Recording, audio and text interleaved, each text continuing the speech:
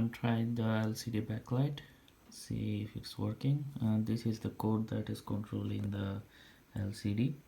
This is just a simple Arduino example, the fade example from Arduino library, and this is now connected to my display PCB, and display PCB is connected to my testing PCB. Then testing PCB is the back BLCD pin, that's the backlight control of the LCD, that is connected to my Raspberry Pi Pico.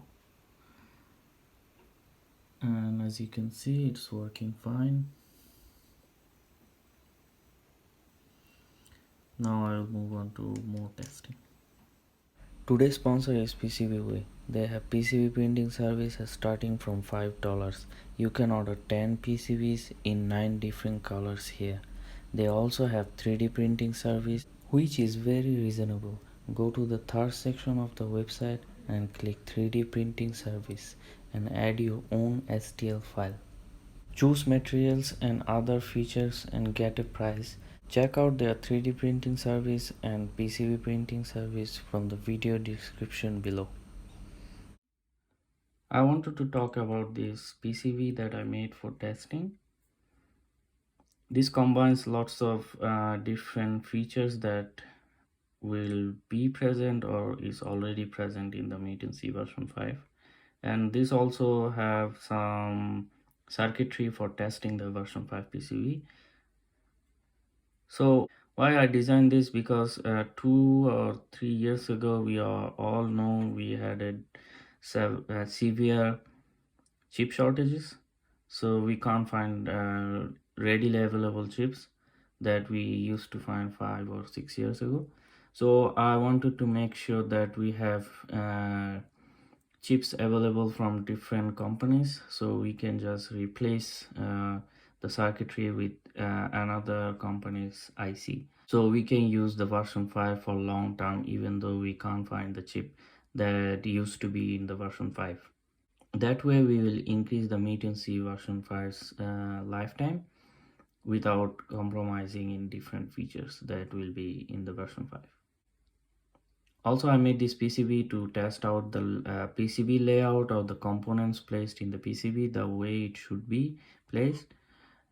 You may suggest that I can use a module that is already pre-made from Adafruit or SparkFun, but the problem is their layout for that module won't be same as that I will be using in my PCB.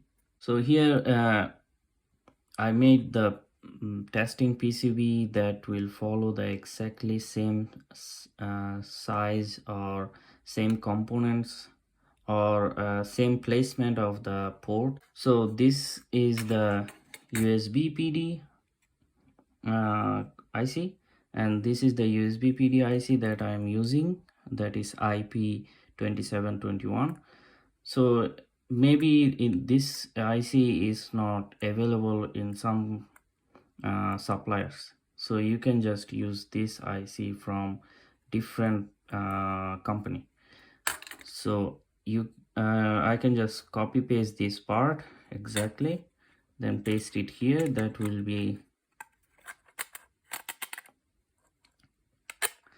go like this.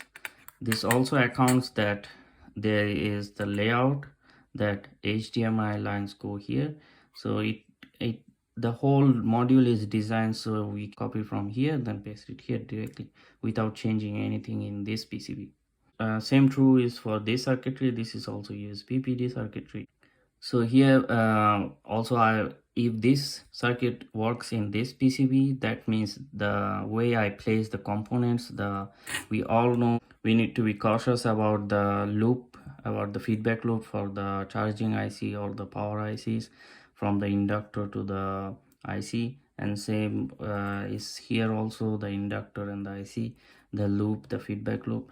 So if this circuit works here, then it means if I copy paste this here without modifying anything, any big components, then it will directly work here also.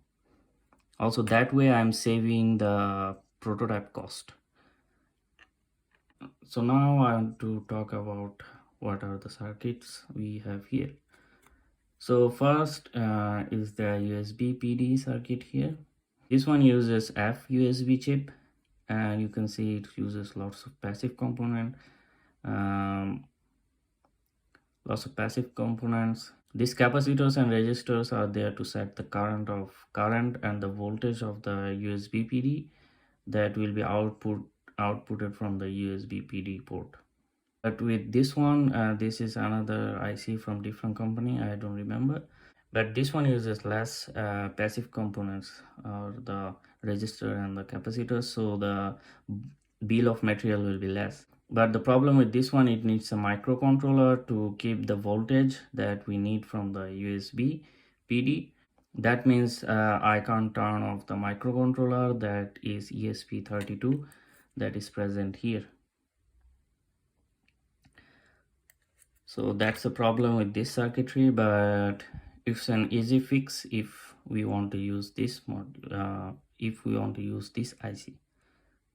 So this is 2 PDIC, and next I want to talk about the battery charging IC. So this one is the monolithic one that is charging 2S battery. This uses more passive components than the one I used to have. This one is from a top power, and this uses less passive components. But the problem with this one is the behavior of this IC was unpredictable. Sometimes it was working, sometimes it's not.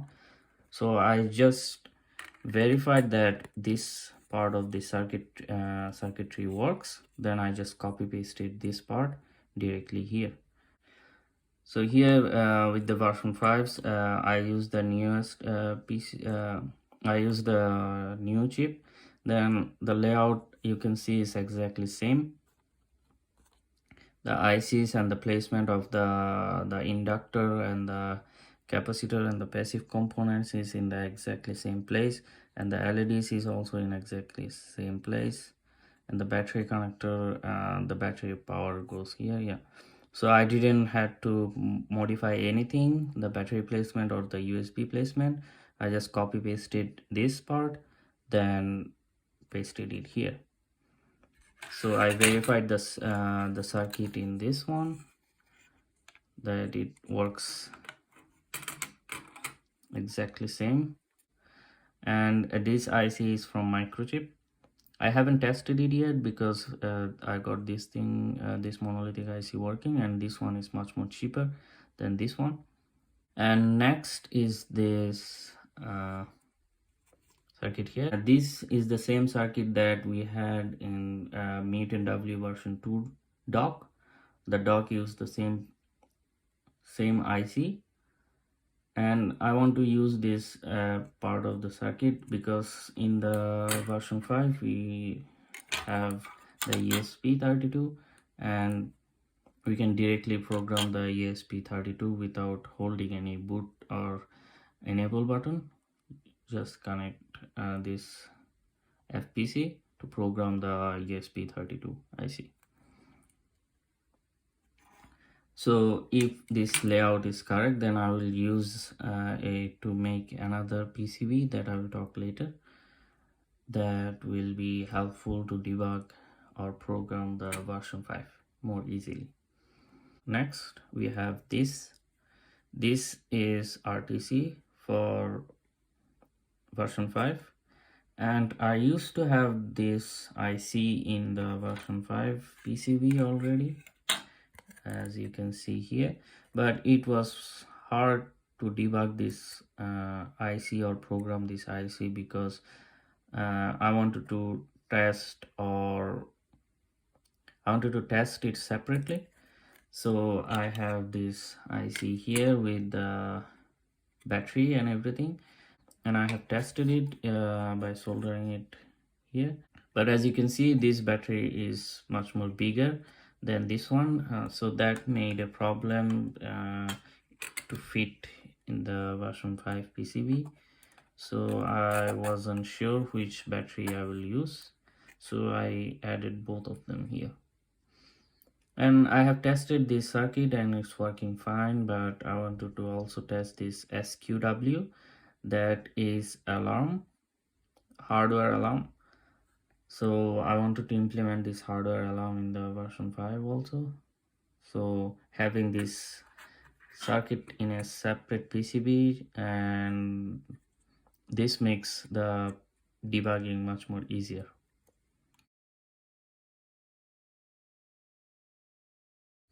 And next is this one. This is the IMU, inertial measurement unit. It was present in 5.3 here, this part. So now I have it in separate PCB, so I can solder it more easily and test it separately from the PCB itself. So I can directly connect this to my laptop and see how to program it, or what's the function that is present here. And it's also have the same layout that will be present in this PCB or in the next PCB. Next, we have this one. This one is to switch between battery and the power input for the system power, because I had some problem with the way I implemented in the version 5.3, because it wasn't working. It was burning the chip, the charging chip, and I found out that it's not working because I messed up some diode placement here. Then I debugged it, then I have a fix, and I will use this fix in the next PCB. And then we have three testing part of the version 5. This is to program the ESP32. This is to test the display PCB. As we know, display PCB is just an HDMI output that comes from here. So this directly goes here like this. Then we have the HDMI output, and I can test all the pins. And I use this by connecting the display PCB here, and I use these pins to test out the new pixel and the brightness, as you saw in the beginning of the video. And last part of this PCB is this. So as I don't know, I shared it before, we have PCIe out in the docking port here, and this PCIe goes here, and we can have a M.2 SSD. I will directly connect the expansion FPC from here to this PCB and connect solder this and test out the M.2 SSD.